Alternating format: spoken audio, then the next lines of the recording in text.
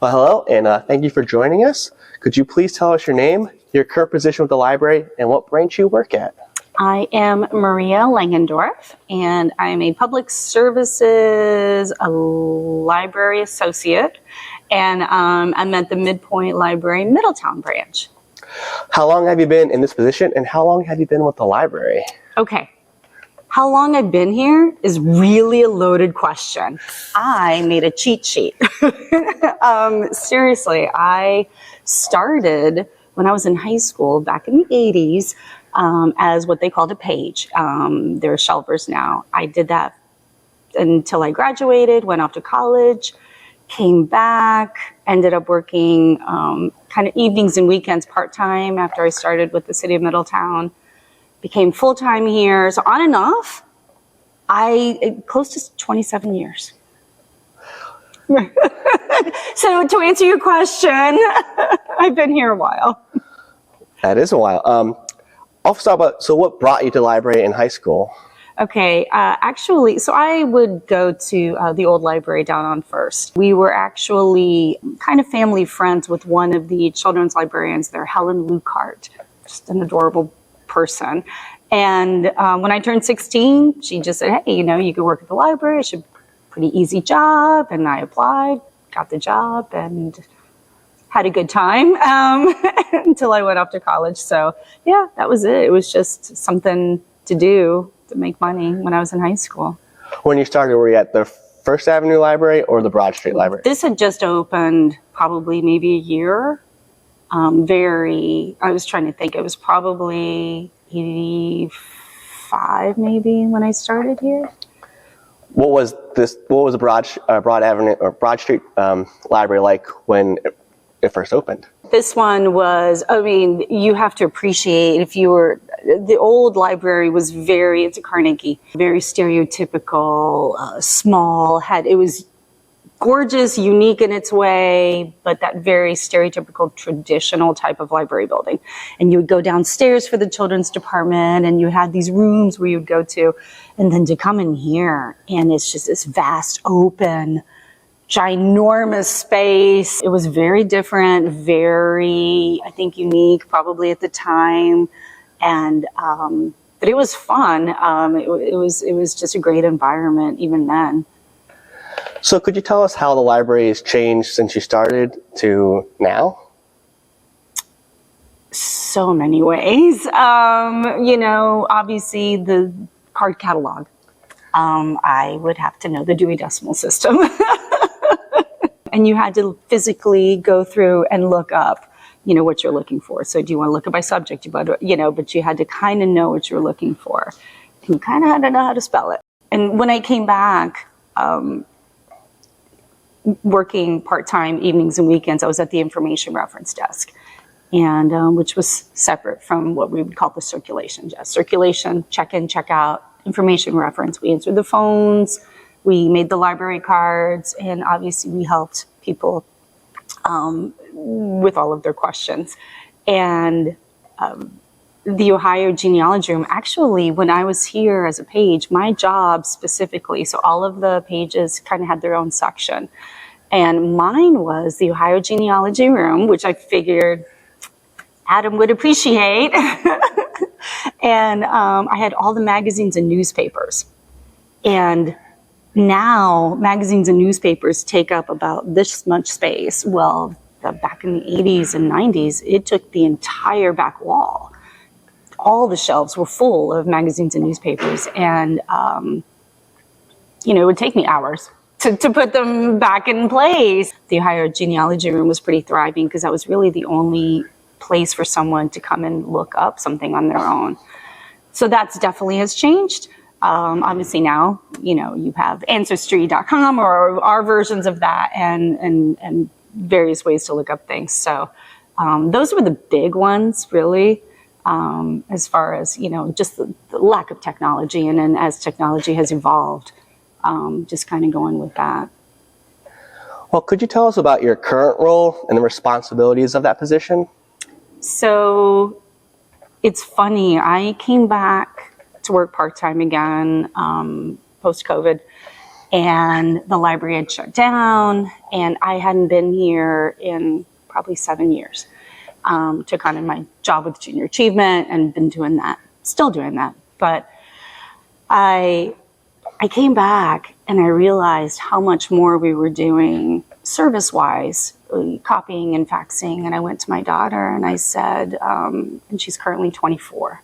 So I looked at her, I said, it was kind of weird. I've been there, my whole adult life, but it just changed. I feel like I'm at Kinko's now sometimes. And she's like, I don't understand that reference. I'm like, okay. I said, well, it's services. I said, we're helping do more than just look up books. We were providing, people are coming in for faxing and copying and printing and helping them with their resumes. And just, there's so many different facets of what we do now beyond helping someone locate a book. And that, I think, has really changed. The type of services that we offer have just grown exponentially. What is your day-to-day like currently? Everything I just talked about, it is, you just don't know what you need to do. It is 100% customer service, and it's that front line. And you don't know what someone needs, and but you do everything you can to help them find it. And that's always been, I think, the case. So working, well, I don't know, but I can try to find it for you. And so I think that's true to the types of needs have changed, but the response is still the same. We're going to do what we can to help you. And so, yeah. What do you find most rewarding about the position? I think probably, because I thought about that, like, why do I keep coming back? I think genuinely I am just a comfortable frontline person. I think a lot of people assume the stereotypical librarian, they're shushazu, and they just read, and they're this introvert, and I am not. and really, I enjoy the interaction with the public. And, it's that external family, if you will, that comes in, and you just see them often. You kind of know what they're here for, and you can help them if you can. And that really is, it's not so much the type of job that I'm doing. I've had so many jobs here. When I worked full-time, I had a completely different capacity. But in the end, it's the interaction for me. What do you find most challenging? The interaction with the public. I think it's, and just, well, no, not so much that.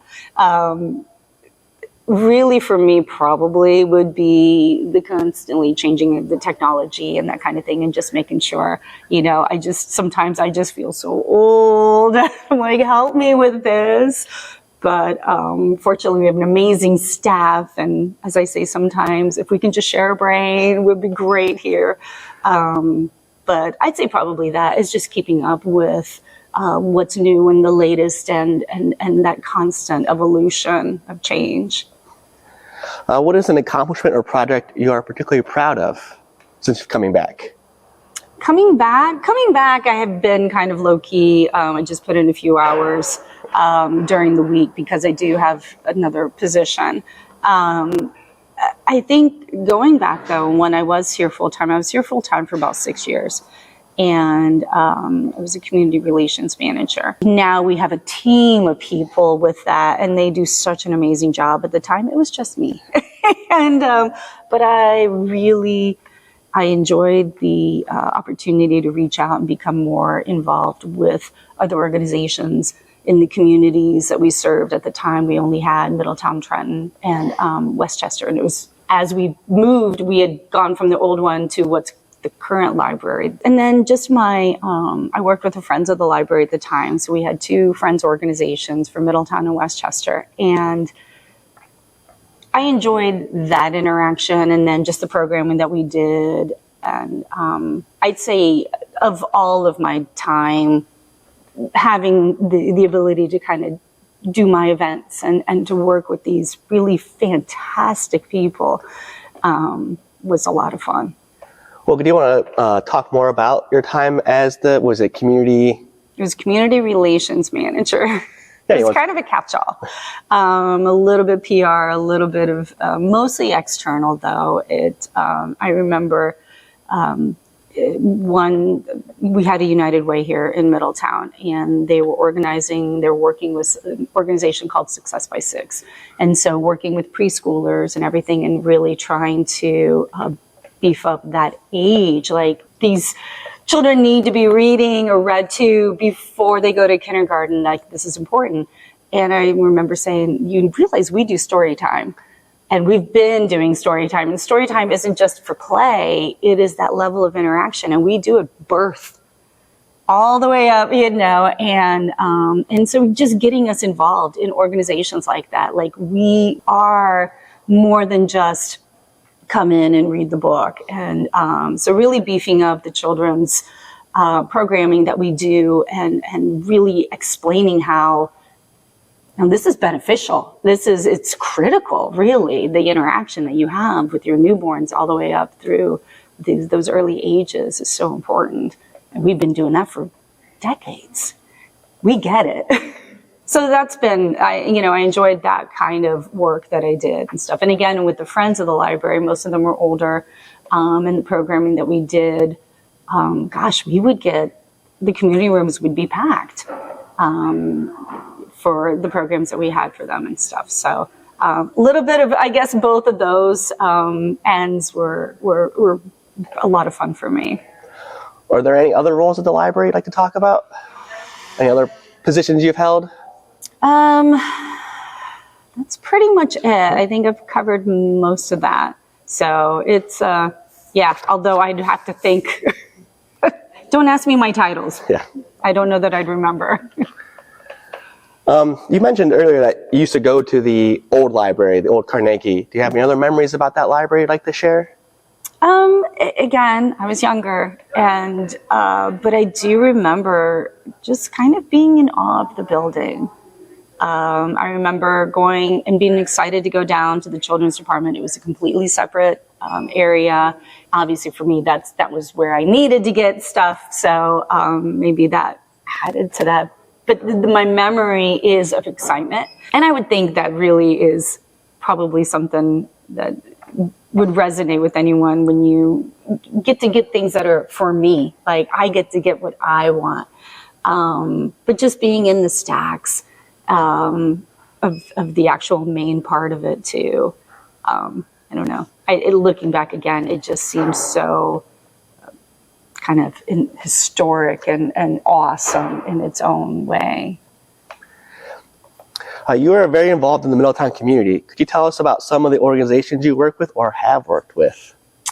Yeah, I did not make a list of that, but it's extensive. Born and raised, I went to Miami for 4 years, came back, and my parents were very involved, so we're Greek, and we were very involved with the Greek Orthodox Church here in Middletown. So my entire life, we were involved at least with the festival and anything church related. And I think that was a basis of my desire to be more involved in the community as a whole.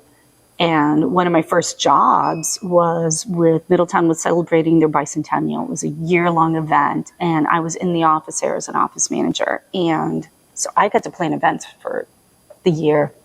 And there were so many amazing people that I met, because each person kind of took on their own event, or each group. And I just remember thinking, and it seems cliche, but I genuinely believed, if not me, then who?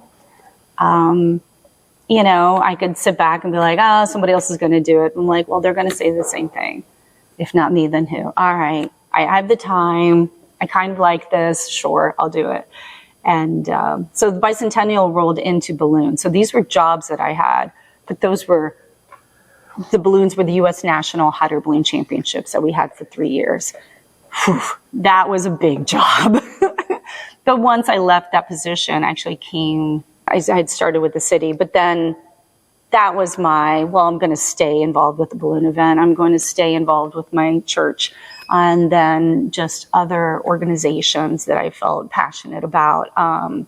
We did board books for newborns, and that sort of led into the committee are now the founding women of the Dolly Parton Imagination Library. So I'm involved with that. I kind of came back to that. I love doing Middletown Community Foundation.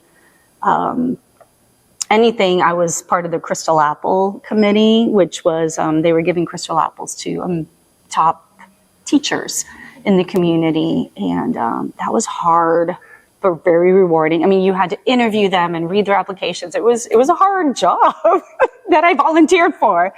And now going and doing the scholarship interviews. Again, you know, put the time in, read their applications, but it's rewarding because you're seeing just some dynamic people, and all of them, all walks of life. And I don't know, it kind of makes you feel good. Like we're in a good place and we're going to be okay. You previously mentioned Junior Achievement. Could you tell us what that is? So Junior Achievement is I'm currently employed there as well. It's sort of that's my full-time job. And I've been doing that for about going on 10 years. And, but it provides, we've been around in Middletown, we've been around for 85 years. Nationally, they hit 100 just a couple of years ago. Essentially, it provide, we have 3 pillars that provide entrepreneurship, work readiness, and personal finance. It's a really rewarding, it's a nonprofit organization. I'm just very proud of the work that they do nationally, internationally. Internationally, they've been nominated 3 years in a row for a National Peace Prize. I mean, just phenomenal. And I get it here. Financial literacy and work readiness is very saturated, but globally, think of the impact. And so that's been an amazing journey for me to be a part of that nonprofit world and really impact and work K through 25. And really help mold and help these young students kind of figure out their path, because everybody has a different path and that path is not straight. And that's okay. Off camera, you mentioned working for TV Middletown. You want to talk a little bit about that? Okay, so I didn't work for TV Middletown. I was voluntold when that started. I had was working at the city of Middletown, and they had agreed to be partnered with TV Middletown. Literally, my boss came in and said, "Your name came up. We're going to put you on TV Middletown." I'm like, "Why me?" you know. And so we saw where, like, I think it was maybe City of Kettering or somebody was doing. They had their own channel like that, and they had somebody who was professional, or at least she seemed professional. And I'm like, this isn't me. So we ended up coming up with, it was called 8 Minutes in Middletown with Maria Langendorf. And we would have this script, and basically I would talk to the water department or public works or the health department. And so it was a way to promote what we were doing with the city. And I could tell you initially I was terrified, and I would have these questions and I would send them to my people and like, we're going to read these verbatim. And Ty Thomas was like the executive director, just like, "You need to relax, Maria. Just talk." I'm like, "Nope, I can't do that." And then I realized, yeah, that's totally fine. And what I had done though was we had CVB, we had a Convention and Visitors Bureau. And so once a month, I would have that person come and talk about what they were working on. And so they would highlight events. Well, when I left the city, TV Middletown said, "Well, it's kind of your show, and can we continue it?" And then it just became, I would talk about events. And that was great because it was 8 minutes. People could download it, they could forward it to people, and it just became a really fun promotional opportunity for, you know, anybody doing a nonprofit or a fundraiser or anything like that. So it was fun. Moving back to the library world, do you have any other memories or projects about the library you'd like to share? I'd say for the most part would be the time when I was here full time. I mean, I have so many memories. Originally, when I started working part-time, working as a page, I go way back to the 80s. I worked with Mike Davis and Roger Knable. And, Mike Davis was so instrumental with pushing Safety Town. And he was resource officer in the schools and just beloved by hundreds and hundreds, probably not thousands of people. So just the fun people that I got to work with outside, like our library cops, if you will. And the staff has always been fun. Just it's that extension of a family, really. I think helping the friends was the most fun for me, and doing their projects and sort of being their arm. One of the friends in Middletown would take the money that they raised, and we had summer reading program. When I'd started, each branch did their own thing and their own timing. Well, our schools get out this, and so they did their own. And so the Friends of the Library for Middletown would buy all the prizes for the Middletown story time. So it was fun to work with them to do that, help them with the fundraising. But there was a specific situation where we had a woman come in and she had lost her grandson, wanted to commemorate this in some way. And we had the sister create a poster, and we made it into little bookmarks. And then she had created her own, like a foundation, if you will. And so what we did was we took that money and we would buy board books. And then we put the bookmark in and just said, these are for, this. And